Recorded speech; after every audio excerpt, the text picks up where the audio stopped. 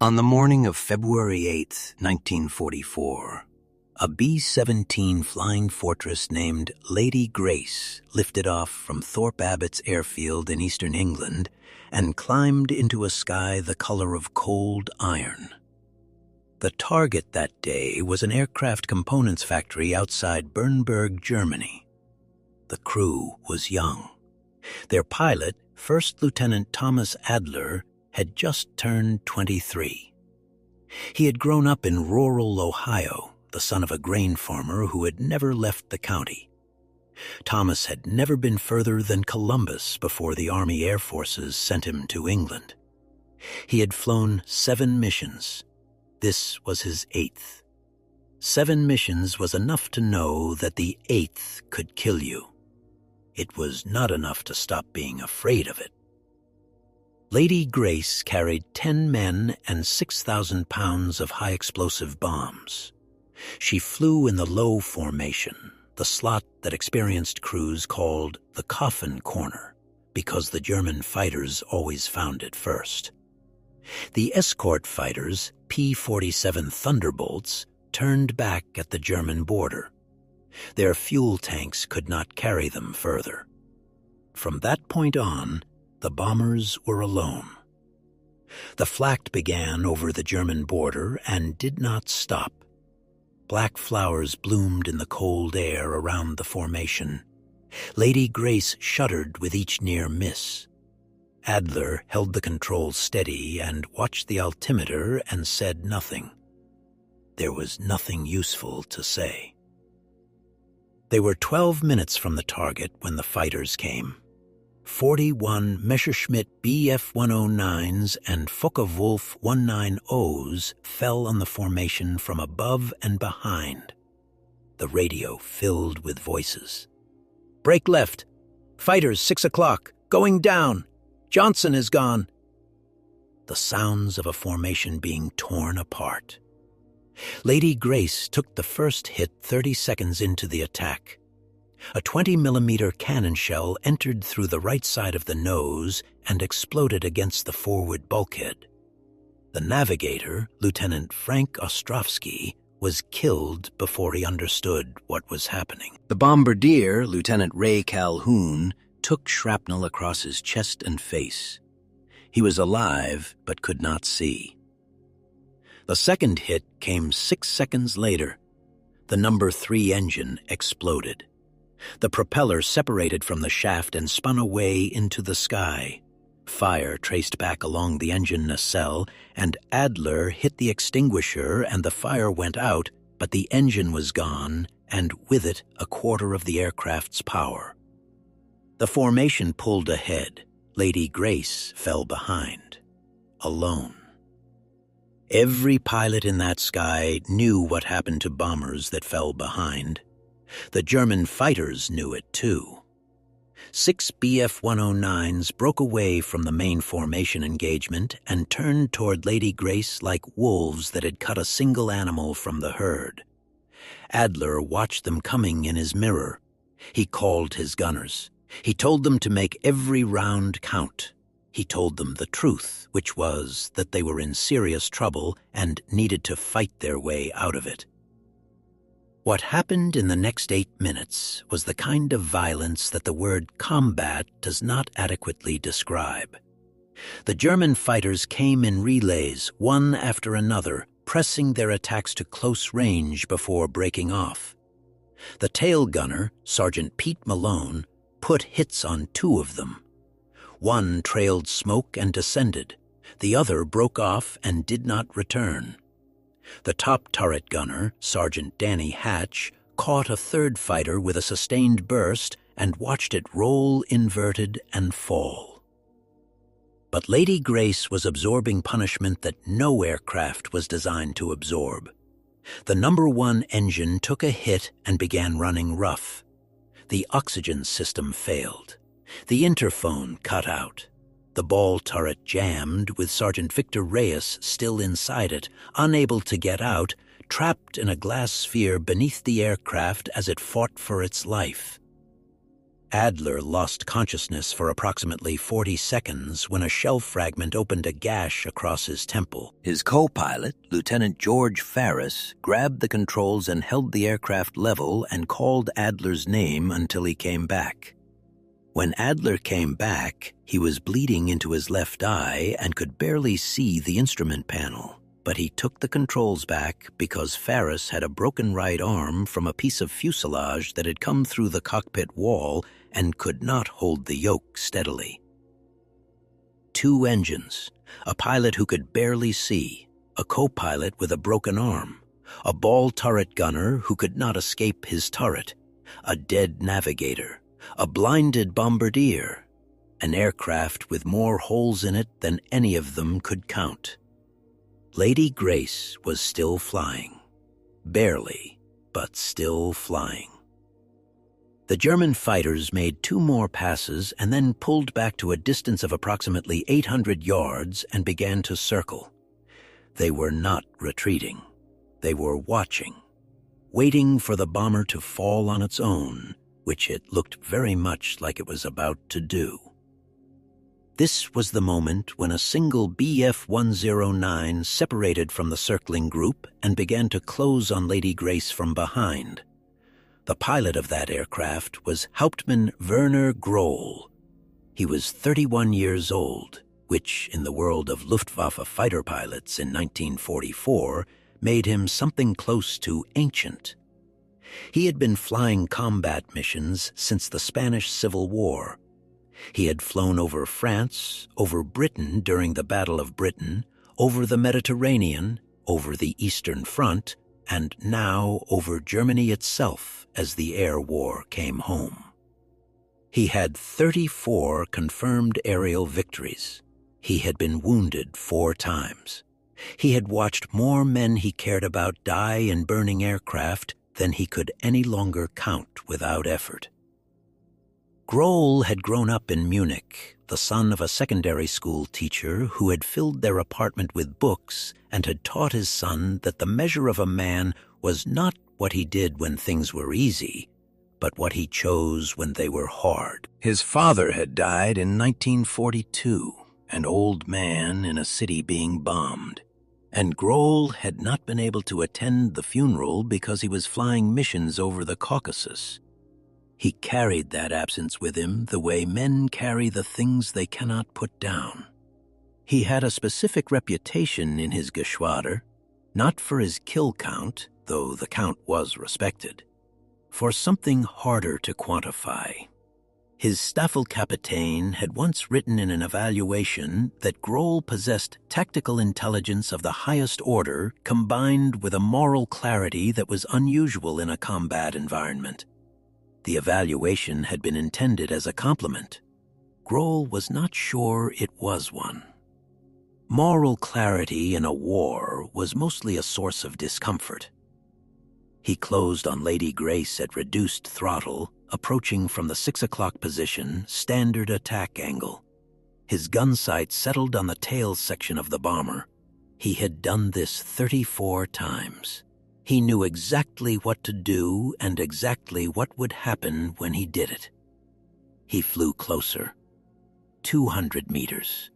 150. And then Werner Grohl saw what Franz Stiegler had seen over Bremen 6 weeks earlier, and what any pilot with a functioning conscience would have seen if they had looked as carefully as Grohl was looking now. The tail gun position was destroyed. Not damaged, destroyed.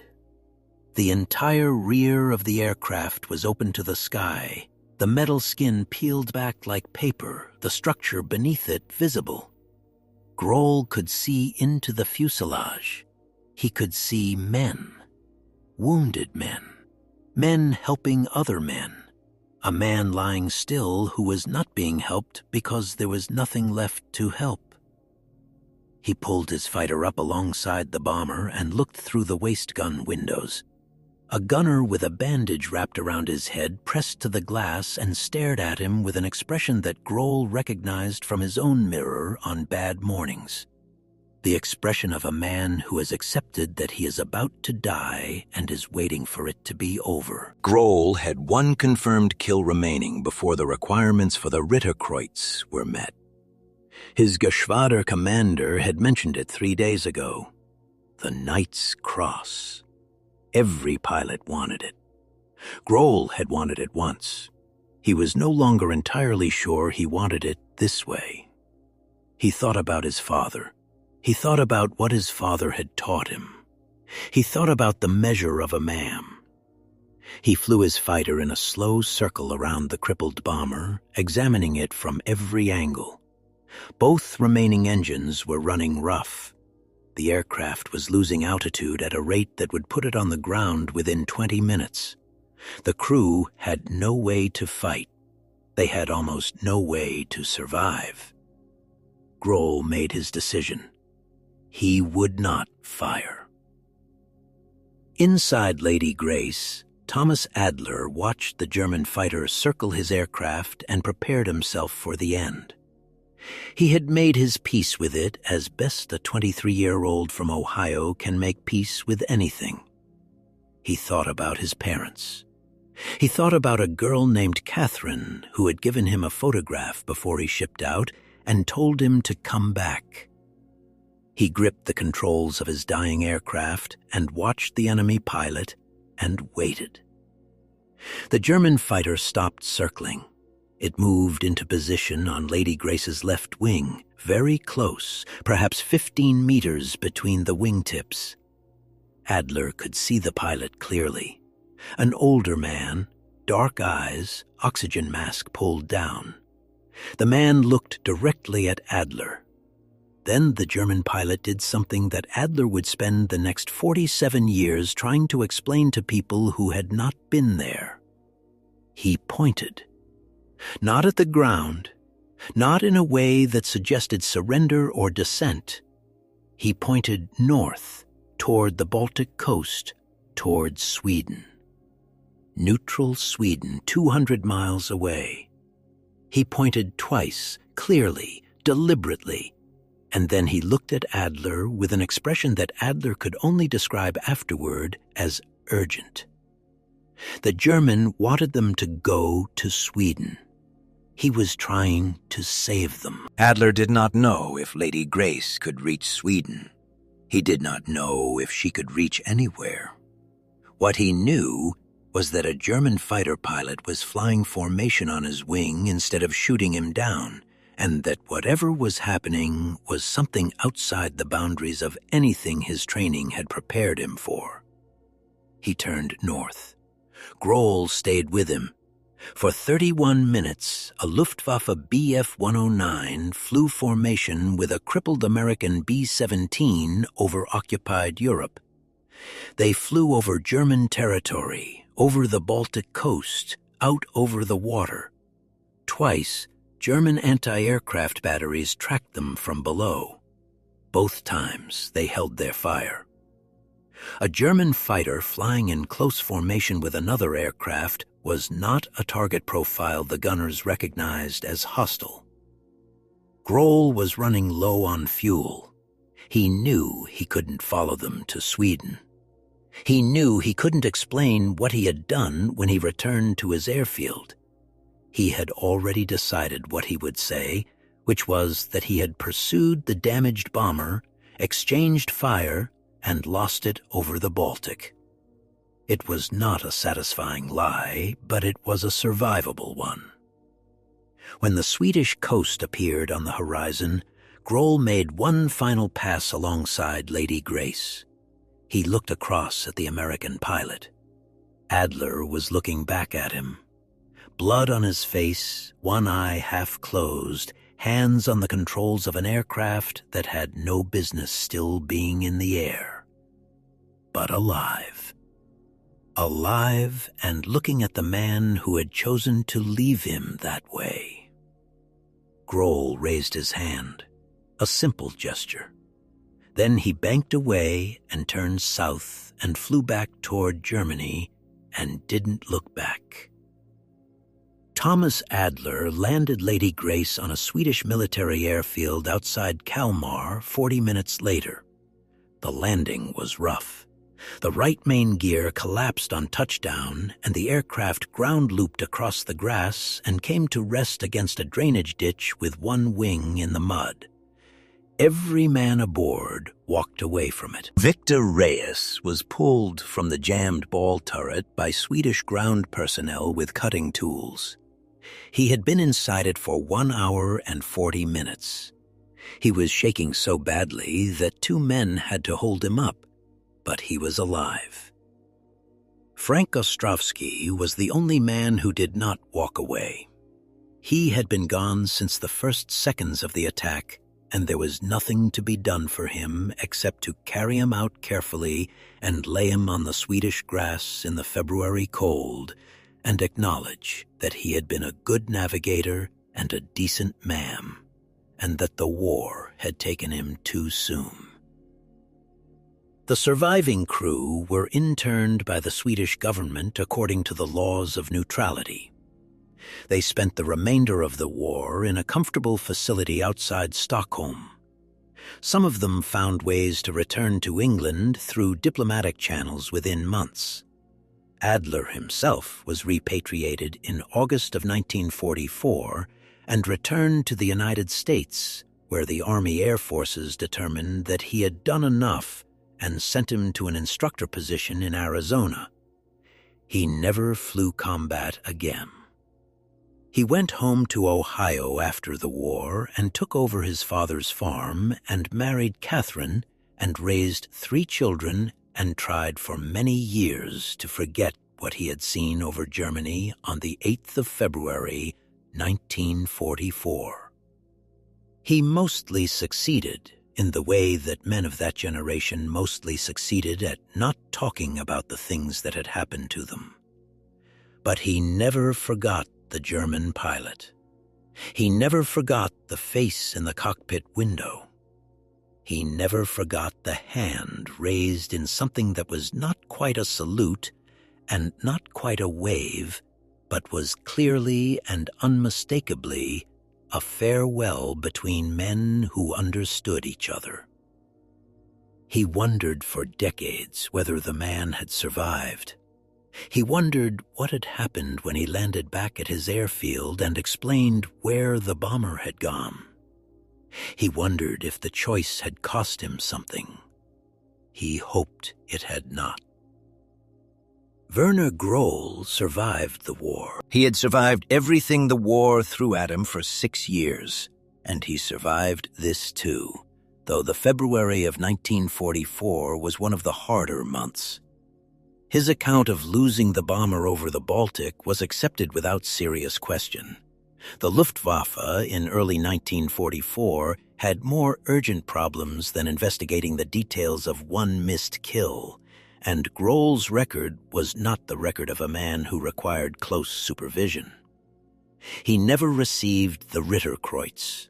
He finished the war with 36 confirmed victories, 2 short of the requirement because after February he stopped counting and stopped caring and flew his missions with the detached professionalism of a man who had already decided what mattered and what did not. He was captured by American forces in May of 1945 near Flensburg and spent 8 months in a prisoner of war camp before being released into the rubble of post-war Germany. He went back to Munich and found very little of it left. His family home had been destroyed in the bombing raids of 1944. His mother was living with a cousin in a village outside the city. His father had been dead for 2 years. He spent the first winter after the war doing physical labor for the occupation authorities and sleeping in a building that had half a roof and thinking about what he was going to do with the rest of his life. What he eventually did was teach. His father had been a teacher, and Grohl discovered in his 30s that he had inherited both the inclination and the ability. He taught history, which struck some of his colleagues as a peculiar choice given what he had lived through, but which Grohl considered the only logical one. He taught at a secondary school in Munich for 31 years and was remembered by his students as demanding and fair and occasionally frightening in the way that truly honest teachers can be frightening. He never spoke publicly about the war. He gave no interviews. He attended no veterans' reunions. He kept a photograph of his Bf-109 in a drawer and took it out occasionally and looked at it and put it away again. That was enough. In 1988, a journalist writing a book about Luftwaffe fighter pilots in the final years of the war tracked Grohl down through military records and requested an interview. Grohl declined. The journalist asked if there were any particular incidents from his combat career that he considered significant. Grohl said there was one he thought about sometimes. The journalist asked if he would describe it. Grohl said he would not. The journalist thanked him and left. A year later, in 1989, Thomas Adler read an article in an aviation magazine about the experiences of American bomber crews who had been forced to land in neutral Sweden during the war. The article mentioned several specific incidents and included accounts from crew members who had been interned. One paragraph described a B-17 that had arrived at a Swedish airfield in February of 1944 with a German fighter escort, an event that Swedish military observers had documented at the time and that had apparently never been explained. Adler read that paragraph 3 times. Then he sat in his kitchen in Ohio and stared out the window at his fields for a long time. He had never told anyone about the German pilot. His crew had been interned in Sweden, and most of them had agreed without discussion that the story was too strange to tell, that no one would believe it, that it was simpler to say they had made it to Sweden on their own and leave the German out of it entirely. Adler had kept that agreement for 45 years. Now he picked up the telephone and called the journalist who had written the article. He introduced himself. He said he had been the pilot of the B-17 that arrived at Kalmar with a German escort in February of 1944. He said he could explain what had happened if the journalist was interested. The journalist was very interested. Adler described the attack, the damage, the circling fighters, the single Bf-109 that had chosen not to fire. He described 31 minutes of German escort over hostile territory. He described the face in the cockpit window and the hand raised in farewell. He said he didn't know who the pilot was. He said he had wanted to know for 45 years. The journalist published the account in a follow-up article 6 months later. The article described the incident in detail and included Adler's appeal for information about the identity of the German pilot.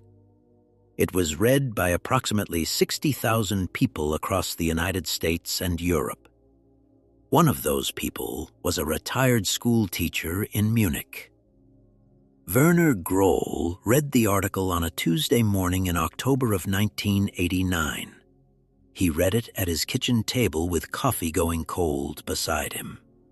He read it once through quickly and then went back to the beginning and read it again carefully. The date was correct. The location was correct. The description of the damage to the American aircraft matched what he remembered precisely. The detail about the ball turret gunner trapped inside was something that only 2 people in the world knew, and one of them had just published it in a magazine.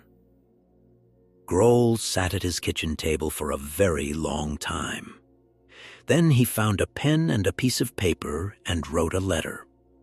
He wrote in careful English, which he had taught himself to read during his years in the classroom, because he believed a history teacher had an obligation to read primary sources in their original language. He explained who he was. He described his aircraft and his unit designation and the specific details of the intercept that only the pilot of that BF-109 would have known. He said he had read the article, and he wanted Adler to know that he had thought about that day many times over 45 years. He said he was glad the crew had survived. He said he had never regretted the decision. He posted the letter to the address provided in the magazine, and then he waited and tried not to think about it too much. The letter reached Thomas Adler on a Friday afternoon in November. He read it standing in his hallway with his coat still on. His wife Catherine found him there 20 minutes later, still in his coat, still holding the letter, crying in a way she hadn't seen him cry in 40 years of marriage. He called the number Grohl had included. A telephone in Munich rang. An old man answered in German-accented English. Adler said his name. There was silence on the line for a long moment. Then Grohl said in English that he was very glad to hear Adler's voice. They talked for 2 hours. They discovered that they were both 70 years old, that they had both spent the post-war decades working with young people, that they had both thought about February 8, 1944, more times than they could count. They discovered that they had both lost their fathers during the war and had not been able to say goodbye. They discovered that they shared, across the distance of language and history and everything that had separated them, a grief that felt remarkably similar and a gratitude that was perhaps even more similar. They agreed to meet. Adler flew to Munich in the spring of 1990. His daughter came with him because Catherine's health didn't allow the trip. They met Grohl at a restaurant near the English Garden, a calm place full of ordinary people having ordinary lunches, as far from Bernburg in February of 1944 as it was possible to get. Adler recognized Grohl immediately from across the room, which surprised him since he had only ever seen the man's face through 2 layers of aircraft glass at a distance of 15 meters while bleeding into his own eye. But he recognized him. The dark eyes, the way he held himself. Some things do not change in 46 years. They shook hands. Then Adler did something that surprised both of them.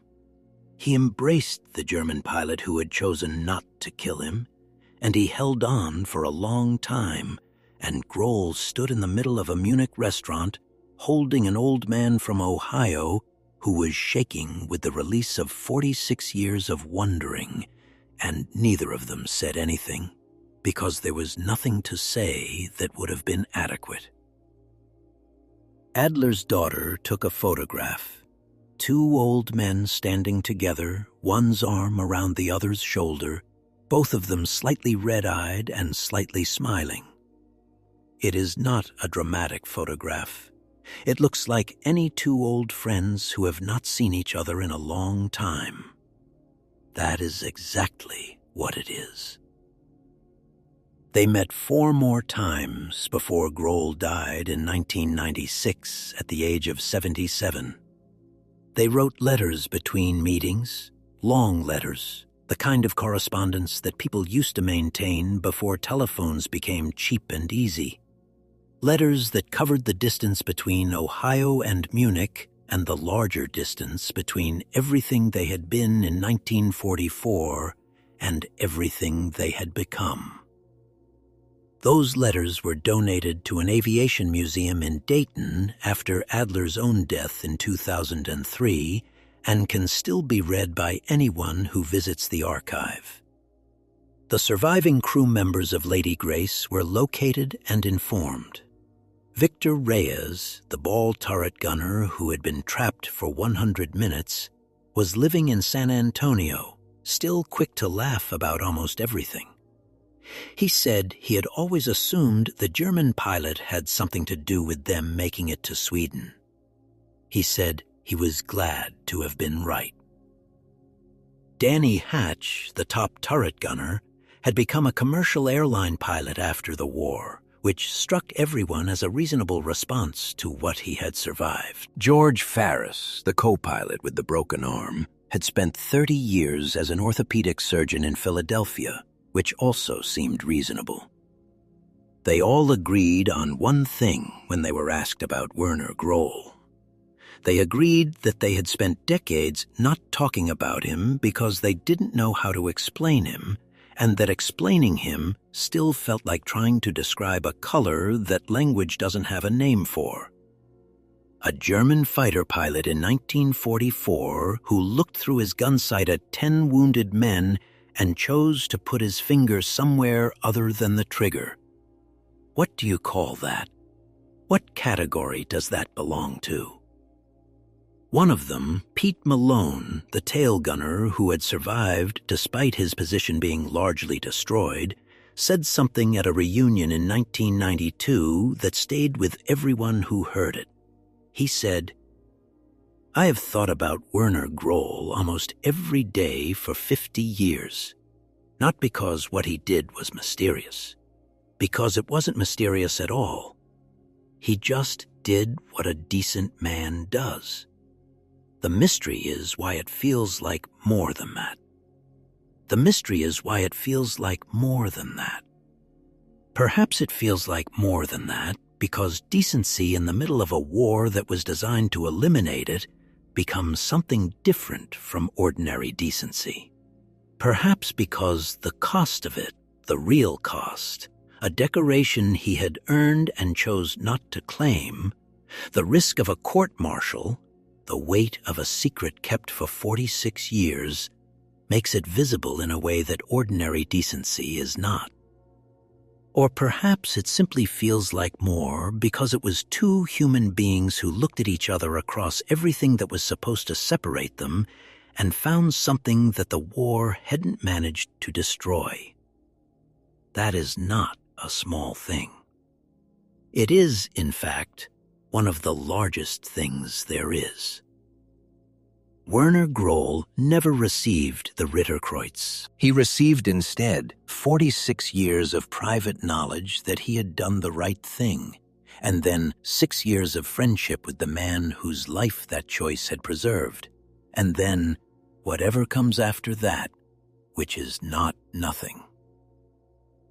Thomas Adler farmed his land in Ohio until he was 80 years old, and then his children made him stop. He kept the photograph of himself and Grohl in Munich on the mantelpiece in his living room for the last 13 years of his life. When visitors asked about it, he would say that was a friend he had met during the war and leave it at that, because the full story took 2 hours to tell properly, and not everyone had 2 hours. But if they had 2 hours, he told it. All of it. The attack, the damage, the circling fighters, the single aircraft that came close and did not fire.